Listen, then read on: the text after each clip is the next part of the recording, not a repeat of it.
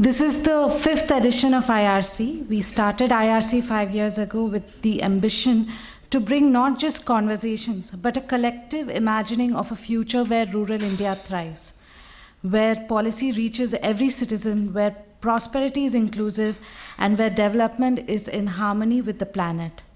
So when you see the word reimagine appear in many of our sessions, it is intentional by design, and most importantly, a call to action. At the heart of the India Rural Colloquy is the conviction.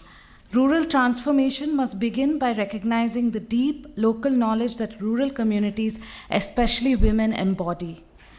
Whether as farmers, caregivers, entrepreneurs, or grassroots leaders, women are constantly innovating within complex social, ecological, and economic realities of life.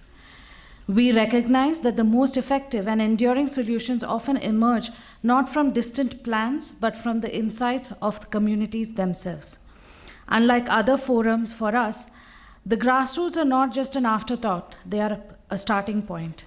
With this spirit, let's begin the day with a lot of energy and enthusiasm and the IRC anthem. Thank you, Gauri. On behalf of the entire Transform Rural India team, which has worked hard to make this India Rural Colloquy possible, I am absolutely thrilled to invite all of you to the New Delhi edition of India Rural Colloquy. I'm sure you must have seen the anthem and you must be wondering why we do IRC and why do we do IRC in August. We have been talking about it, and I just thought I'll take a moment of all of you to take you as to why do we do IRC in August. You see, there is a big reason that we do India Rural Colloquy in the first week of August every year. This week marks the anniversary of one of the most significant turning point in India's freedom struggle. As we all know, the Quit India movement or the August Kranti. In 1929, allow me a moment to just give you a brief of a history. In 1929, the Indian National Congress passed the Purna Swaraj resolution, making a decisive call for complete independence of India, not just dominion status.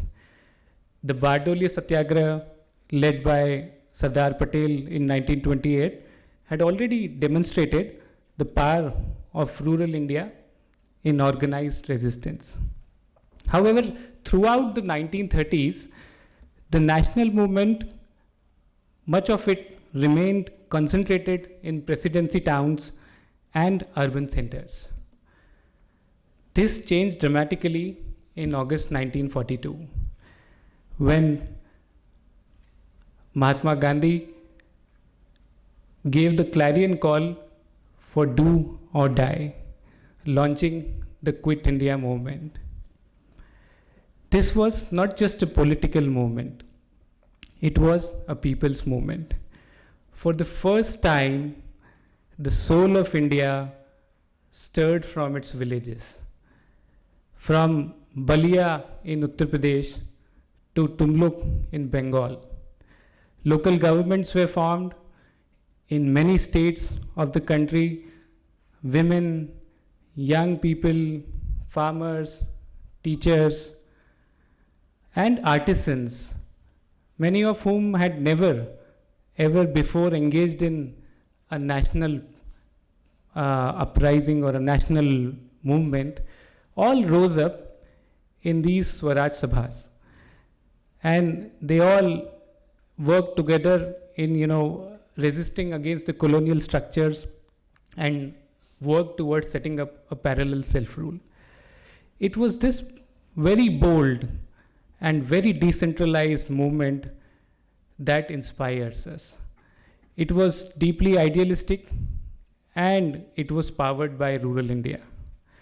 That same spirit of mass mobilization, local governance, idealism followed by mass action is what inspires us at India Rural Colloquy. And that's why every year we organize this India Rural Colloquy. We celebrate this event from 1st to 8th August to commemorate one of the largest movement in the country, as we think that right now this is also a time where we need a mass movement to create a rural renaissance, to create a better life for 100 crore Indians living in rural India. So that was a brief, quick journey about why we do India Rural Colloquy. We started India Rural Colloquy in 2020 when India was battling COVID pandemic, and we have been organizing this event every year. This is the 5th edition now, and it has become, and I'm proud to say, it has become one of India's only bottom-up multi-state platform which brings together ideas, which bring together insights, and which bring together collective will to change the way rural India lives, to ensure every rural Indian have quality life.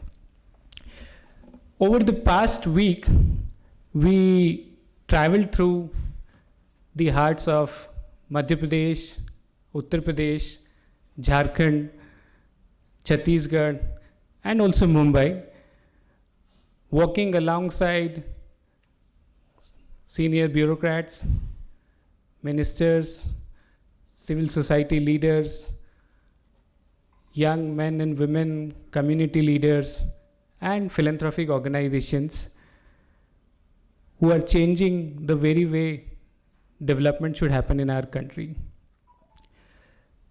I'll just give you a brief as to the journey, and we'll also share a collage of insights that we have developed throughout this journey we have this year. In Madhya Pradesh, the theme was reimagining rural living, designing future rural habitats. A very pertinent and important topic where we discussed how women are at the core of sustainable rural development and why we need to strengthen grassroots institutions and governance to design rural habitats that people would like to belong to, that people would call their own, and that people will be deploying towards quality of life. We also saw, following that, launch of a few important modules also, knowledge products. One was related to the Gram Panchayat development plan. How do we prepare a Gram Panchayat development plan to ensure a quality living in rural areas? Followed by also women and their rights, and how panchayats can ensure provisions to prevent domestic violence in rural areas. Followed by that, on 2nd of August, we had IRC in Uttar Pradesh. The theme was Udyam Shakti, building a flourishing Uttar Pradesh to power the $1 trillion goal of the state government, where we explored how small and micro enterprises are sparking a rural industrialization story, even though they do not get that support as they would have needed. And also how women-led farmer producer organizations are empowering rural women as economic agents and transforming the economies of rural areas. Again, we saw, following the conversations, the release of women FPO modules as to how women can come together to drive FPOs to transform the rural economies. Then we were in Chhattisgarh on 4th of August, where we reflected on how climate-smart, community-led approaches to development can deliver not just services, but a sense of safety and belonging also. There also, we had a landmark MOU with the Department of Forest and Climate to create sustainable rural livelihoods and to ensure a just climate transition, rural economic transition. We unfortunately couldn't carry this year with the Jharkhand chapter of the India Rural Colloquy. We all know about the sad demise of Mrs. Shibu Soren, one of the stalwart leaders, tribal leaders, and in respect and in commemoration of the demise of Mrs. Shibu Soren, we decided to postpone the Jharkhand chapter. We'll definitely be having that, but we'll be having that later this month. And that was followed by on 5th August, yesterday in Mumbai, where we had a select group of people and leaders who came together to design an initiative for prosperous many. We have seen how the economy is growing and only a few people are able to capture the economy, and a large mass is not able to ride that economic transformation. So yesterday was a design sprint in Mumbai where leaders from philanthropic, government and academia came together and delved through a model of prosperous many as to how do we design interventions that create prosperity at scale, especially for our rural masses, especially for young people and women. So that was also a very interesting event we had yesterday in Mumbai. We'll be collating all of this for you. We'll be creating a rural Renaissance action document from all the insights, all the value, all the conversations that we have had throughout the colloquy to bring forth the ideas, the models, the policies that are required to trigger this rural Renaissance. So with this, I will now request colleagues to brace yourself up. We have worked hard. My colleagues sitting over there have worked really hard to create a brief collage of snippets, key snippets from what has progressed, what has been done over the last week in India Rural Colloquy, and we have put together a brief collage for you. So I'll request the team to please play the highlights video of the colloquy. Thank you, and I hope you got a glimpse of the fantastic conversations that happened in IRC, and I request a big round of applause for the team that have been able to put this together.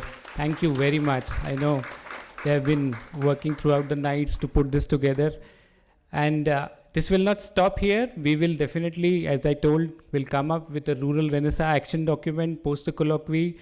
We know all of the people couldn't come during these colloquies and also in Delhi.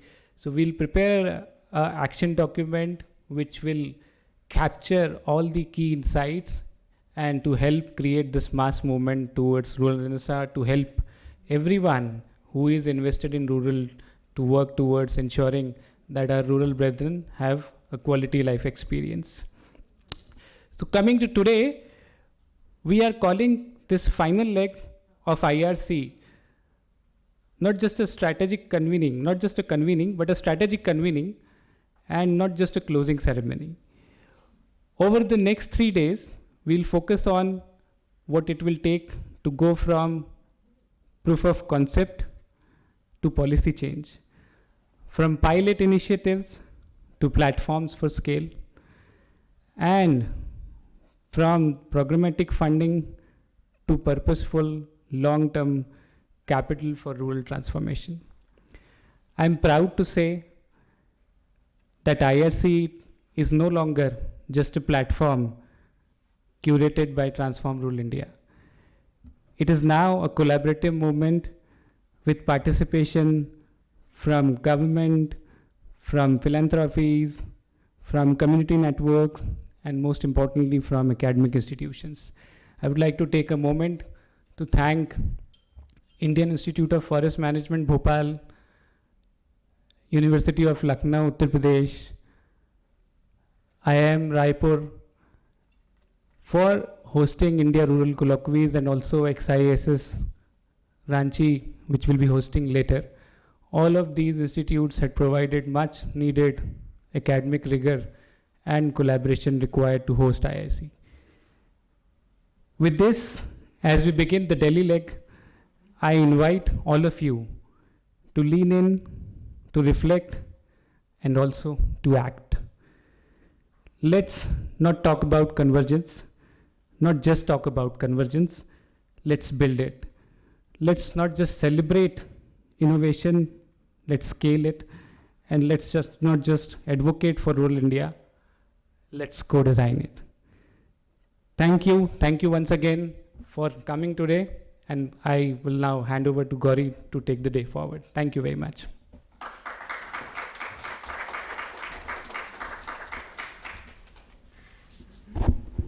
Thank you, Neeraj, for that, for wonderfully encapsulating IRC and also giving us a glimpse of what happened in UP, MP, and Chhattisgarh. It's very powerful to have such a convening of very critical stakeholders to take action, as Neeraj said. And at some point when we reflect, we understand that to reimagine rural is not to undo what exists, but to deepen and enrich with wisdom of practice, the insights of communities, and the leadership of those who are at the margins. It is about making systems more responsive by listening more closely to those who live and shape rural life every day.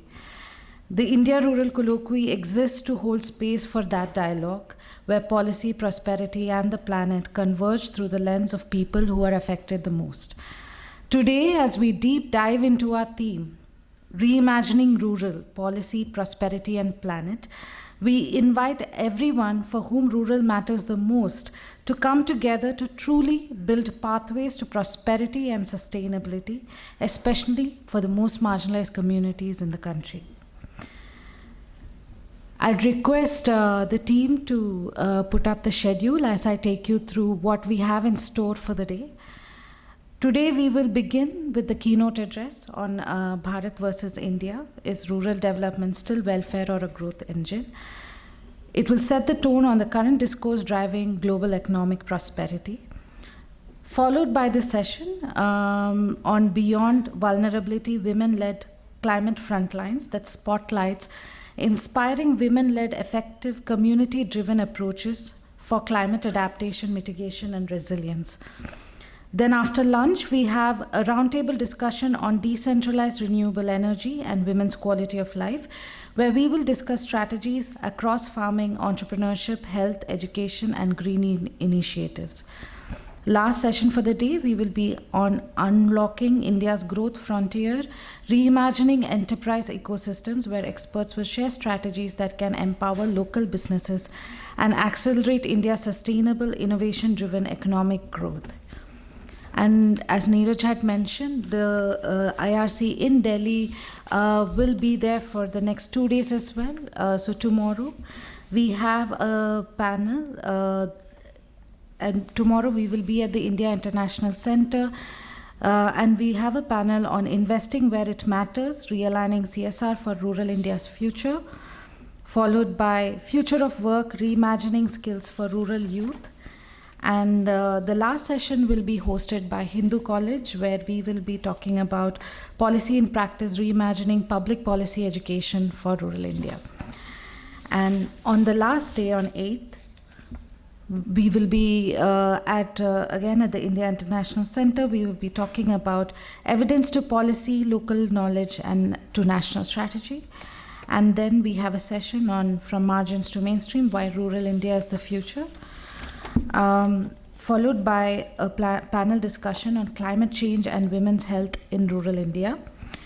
And lastly, we have a women's leadership dialogue on claiming our skies, the women's silent revolution in India.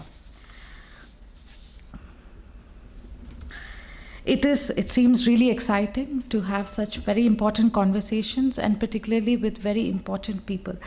I truly look forward to this day of rich dialogue, grounded perspectives, and collective imagining. We were supposed to start today with a keynote address by CEO Niti Aayog. Unfortunately, due to some commitments with the Prime Minister's office, he's not available today. But nevertheless, with all the excitement, I invite our own leader, Anish, to deliver the keynote address on Bharat versus India. Is rural development still welfare or a growth engine?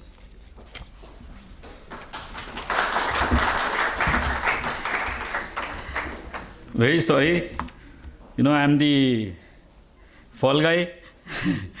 The CEO, only yesterday night, we came to know that he has been called in by the Honorable PM. We really thought he will join us and set the tone for our conversation today, because at Niti Aayog, he leads the Viksit Bharat 2047 charge. So one of the things that I was doing was I was tracking my WhatsApp to know whether he has started from the PM's office or not, and that's how I communicated to Gauri that it has not happened. So in some ways it is very hurried, but I guess the idea of India versus Bharat, in some ways is strange. Why strange? See, Article 1, Part 1 says India, that is Bharat. How did it become first India and Bharat? Then it became India versus Bharat. It's a story by itself. Dr. Ambedkar on 18th September 1949 moved this resolution on naming the independent country. And his resolution was that India, that is Bharat, comma, that is Bharat. There is a very interesting debate that ensued. K.V. Kamath led that, and he very interestingly called out this as, any new thing, any new baby is born, how would it, without a Namkaran, how would it look? And from that Namkaran, and Kamath Sahab, as his own, actually suggested a resolution which says Bharat, which in English is called India.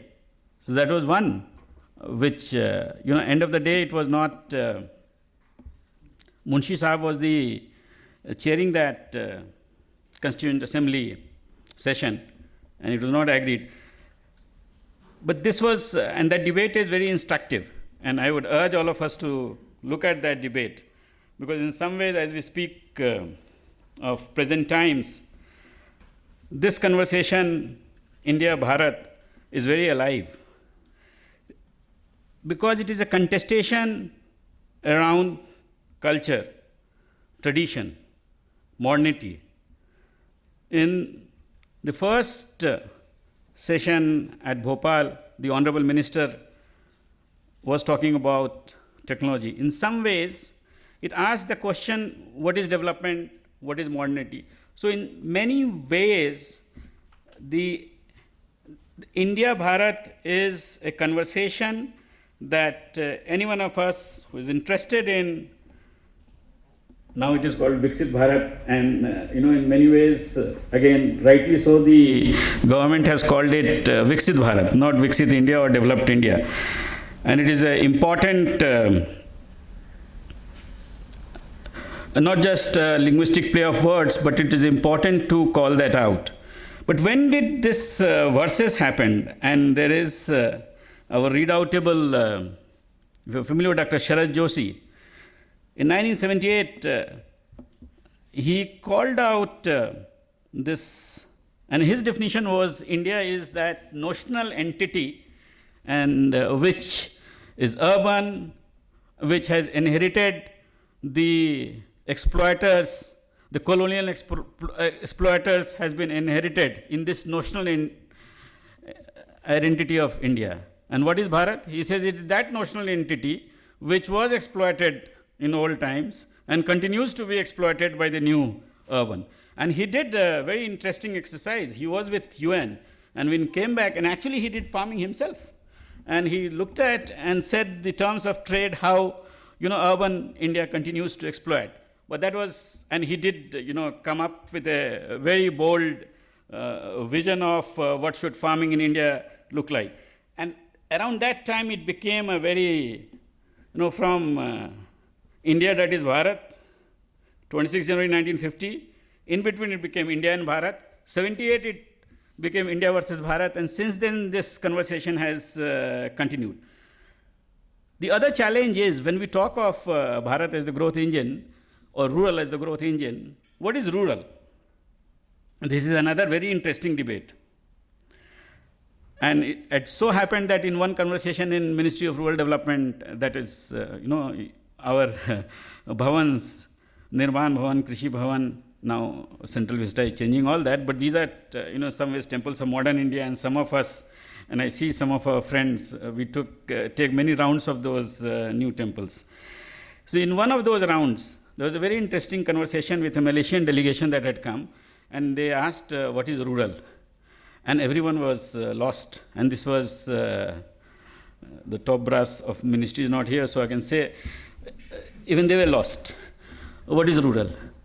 Because there is no definition. There is a Ministry of Rural Development. And interestingly, Ministry of Rural Development by itself, the way it has evolved. In 1948, it was called Ministry of Community Development.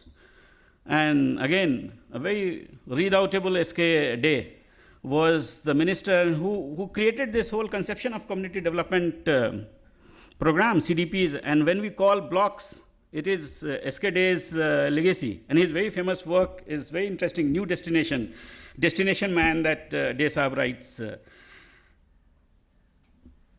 He was puzzled by this whole question of rural and urban, and he created a classification then to classify the community development blocks. So one definition that day, came was, it is residual. Whatever is not urban is rural. Mind you, this is a conversation in Ministry of Rural Development. And in some ways, it is reflective of how we look at rural. We look at it, what is left behind, residue, right? If it was, I am a chemistry grad, and as alchemists are, they have from time immemorial tried to convert lead into gold. So if the residue is gold, then it is okay. But if the residue is what it is being intended to, it's a challenge. So there is one definition, the census, and we'll have a census now, defines it in one category, and it is very interesting. As we speak also, the same definition continues. More than 5,000, density of 1,000 per square mile or 400 per square kilometer. And there is one category, which is 75% of the male workers. Mind you, this is today, 2025. 75% of the male workers are non-agricultural. In this day and age, when we are talking of female labor force participation everywhere, it still uses this definition of male workers. That's what census does. Erstwhile Planning Commission tried to define it as less than 15,000 people, rural. There is another definition that RBI has. It says about less than 49,000, and these are category 6 towns. It calls it as rural, because it had to define rural branches, and there is a special, priority sector lending targets for rural branches. That's how RBI had to do. And SSO uses a mix of this. But income tax is a very interesting way of looking at rural. It says anything within the vicinity of 8 kilometers of municipal area, they count it as urban, municipal authority. See, but what this tells us is a real challenge. And as we speak today, the challenge is also an opportunity in terms of it is a continuum, actually. And if you were to look at the night lights, you will see that what we call urban and what we call rural. Rural, if it was the metaphorically dark, you will see that blurring a lot. And in some ways, while we cannot get into, it's difficult to pick rural, but sometimes we do understand when we see a rural, or we use it, pejoratively. For example, when you use something like a gawar, you actually mean something from the village. You mean that fellow is backward, ignorant, and whatever. In many ways, this was the conversation in the national movement. The three protagonists then, Gandhi, as his own, he had a romantic imagination of rural, and he used a term in Gram Swaraj, authentic. So he meant that whatever is rural will be authentic. For Ambedkar, it meant oppression, because he had first-hand felt oppression in the villages. For Nehru, with his Fabian socialist background and his exposure to the European, the continental industrialization, more specifically, he looked at it as backward, which needs to change. And these three trends continue to guide us even today. And this definition, as you would have seen, is reflective of that lack of clarity and lack of vision about what rural could be. And we have continued to borrow it from West, and so much so that today we don't have a definition. But I was looking at Honorable PM's recent conversation where there is a launch of Gramin Bharat. So in some ways, it is either of the two is superfluous. Gramin would have meant Bharat, and Bharat would have meant Gramin. But maybe for added emphasis, it was used. But what he said was, I think, instructive in the way we are looking at rural. He defined it as something which needs to be done there. So there was an action statement there, and he called out dignity as one of the things that the government has been focusing on, and he defined it across various programs and schemes. So there was an acknowledgement, and he did say that in the last 70 years, governments haven't paid attention to rural, and the present government is paying attention to that. He called out lack of amenities and reeled out programs like SBM, PMAY. We know of all these programs, JJM, Jal Jeevan, then PM Kisan. Then there is another program, a very interesting program called AAM. This is, when I said it would mean people or mango, whatever it means. Arogya, Ayushman Arogya Mandir. Samvita, Mudra, Startup, Stand Up, Vishwakarma, and cooperatives. In one speech, he did call out these, but what it told me was it is a very comprehensive sweep to bring about change in rural India, across amenities, across infrastructure, across services. And then he called out the modernizing infrastructure that is coming to rural. One part of it is the PMGSY, the rural roads. The other is the digital connectivity, UPI, and the common service centers. The Saubhagya, first time looking at reforming line titles.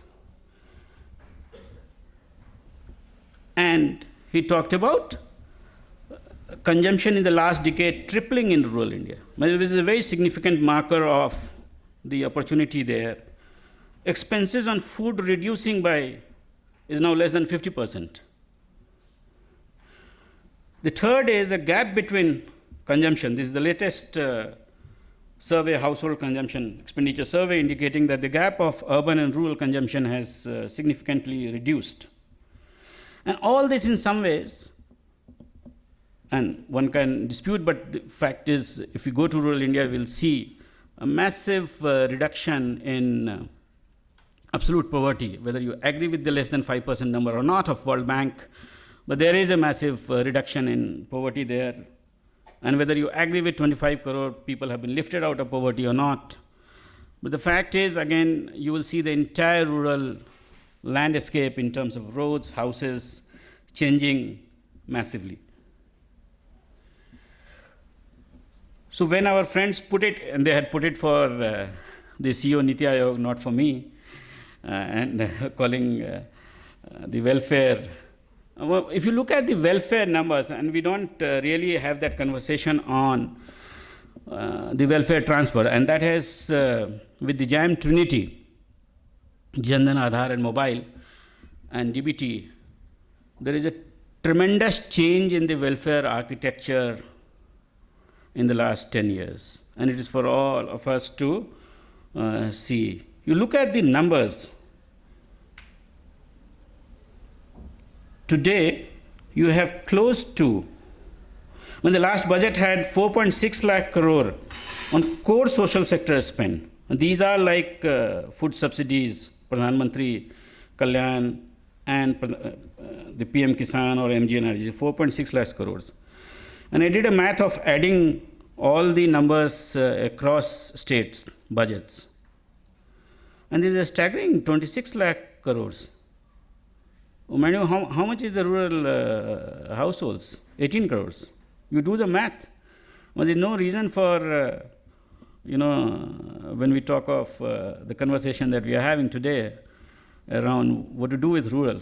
And there's something must be happening with that massive infrastructure. And mind you, this is in addition to the massive infrastructure of close to 12 lakh crore there. And if you leave aside the airports and the railheads, a massive amount of road infrastructure is going, and that is in the rural areas. So what this has done is has created an unprecedented opportunity in the villages of economic growth.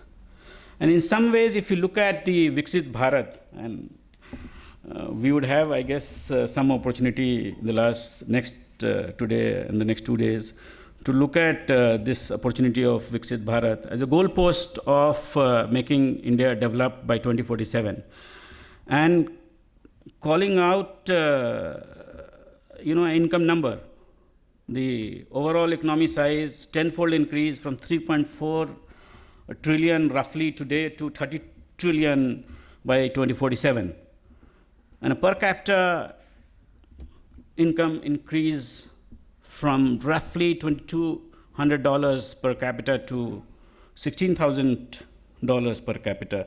That's a very bold and ambitious goal. But if, as they say, 10% of our districts contribute more than half of our GDP, that's not going to happen. And that's why it is very critical to look at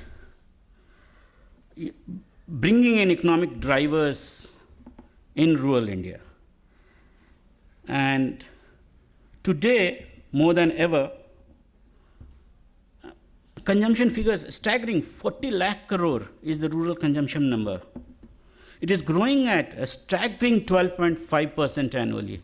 12 to 15% annually it is growing. Again, 46% of the GDP is rural today. 50% of the workforce is rural. 64% of the population is rural. Mind you, with all those definitional issues still. 99% of the village, and again, you can dispute the numbers, but if it is not 99, it will be 90 or 85, 80, is connected with physical connection and digital connection, road, power, telecom. Again, you may dispute the Jan Dhan numbers, but 90% plus bank connected. Just in FMCG, it is 16 lakh crore plus, 16 lakh crore plus in the FMCG segment, the demand is. Consumer durables, it is close to 76 lakh crores. The rising disposable income in rural India is a reality. The rising aspiration is a reality. Together, the aspiration and disposable income create an unprecedented opportunity of place-based growth in rural India. And where will it come from? Last year, we had Irina and Vijay talking about the rural opportunity, and as Vijay does always, he had this, what is it, the big opportunity is photovoltaic. That's solar and bioeconomy. You see, whatever manner you want to look at it, you can't take rural out of the bioeconomy and the solar. And 2 sessions today will talk more about it. So that is one. The second, he talked about photosynthesis, that's food. You see, as our food, we are moving up the nutrient ladder on our food consumption. We are moving into vegetables, fruits, nuts, berries, and what have you. And there is that opportunity of moving from subsidiary or residuary agriculture into more high value agriculture is a opportunity. And very interestingly, agriculture now is growing at 5%, close to 5%. Many states are recording double-digit farm sector growth. This was from the 2.5% earlier. So some ways, what Arthur Lewis used to call the duality, the agriculture income goes up, the non-farm off-farm sector will automatically pick up. So we would see that Lewisian kicking in. And in some ways, unless we start looking at the rural growth as an opportunity in what I keep hearing Mr. Subramaniam always says this line, Viksit Bharat is not a dream, it is a possibility. And he quotes numbers across the states. And again, if we have very carefully looked at the trends in the villages, we will realize it is truly a possibility of our times, and unless we grab that and help rural communities ride on to this prosperity curve. The earlier prosperity curve of Green Revolution actually left many parts of India. Punjab, Haryana, Western UP is one, but East and Central were completely left out of that massive prosperity drive that Green Revolution brought in. So today's times present us with that opportunity, and in some ways that will become the engine of new rural, which is growing, which is prosperous, which is equitable. And with that, may I conclude. Thank you so much.